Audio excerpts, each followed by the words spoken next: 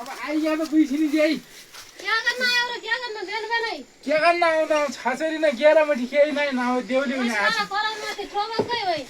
खाली गेरामठी मात्र सबन देउली दुईबाट उल्याइदिएको छु एक बुझिन कुटी अनि ज्यान उ यो हाँसी पनि गथेलाई ल्याछौ ल बुझिन जे यो कुरा चाहिँ उ पनि नकाट्ने जे यो झोला हाँसी गथे ल्याछ नि हाँसी आइ आज एक बोतल खाना त पाइने भयो त हौ बुझिन जे बोतल खै बिहान बिहान यो हलसैते आयो बोतल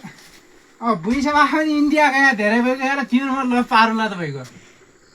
ल बुइसो बाबा आइजान्छन् भोलि पर्सि